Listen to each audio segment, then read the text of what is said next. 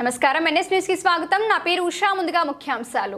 రంపచోడవరం నియోజకవర్గం ఎమ్మెల్యే మిరియాల శిరీషాదేవి మాట్లాడుతూ ఏటపాక మండలం ఏటపాకలో జరిగే ఇసుక అక్రమ రవాణాలో ఎమ్మెల్యే మరియు ఆమె భర్త ప్రమేయం ఉందని, చేసే ఆరోపణలలో నిజం లేదని, ఇది ప్రజలు గమనించగలరని, అదేవిధంగా ఎవరైనా ఇసుక అక్రమ రవాణా చేస్తే కఠిన చర్యలు తీసుకుంటామని అన్నారు.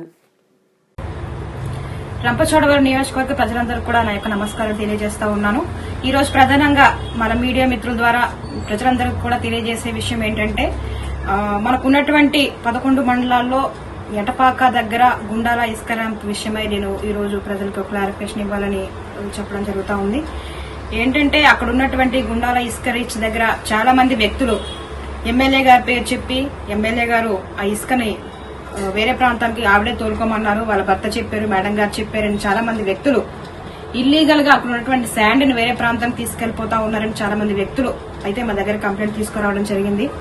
నేను ప్రజలకి తెలియజేసేది ఏంటంటే, కలెక్టర్ గారికి ఎవరైతే ప్రాసెస్ ప్రకారం డాక్యుమెంట్స్ అన్ని కూడా సబ్మిట్ చేసి పర్మిషన్ తీసుకున్న వ్యక్తులకు మాత్రమే ఆ ఇసుకను తీసుకెళ్లే అవకాశం కల్పించమని మేము ఆల్రెడీ కలెక్టర్ గారికి అక్కడ ఉన్నటువంటి పీఓ కూడా చెప్పడం జరిగింది.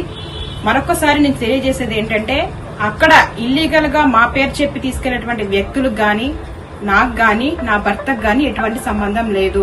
దీన్ని గమనించగలరు. ఎవరైనా ఇల్లీగల్ గా ఈ శాండ్ తీసుకెళ్లినట్లయితే వాళ్ళపై ఎటువంటి చట్టపరమైనటువంటి యాక్షన్ తీసుకున్నా మాకు ఇబ్బంది ఏమీ లేదు.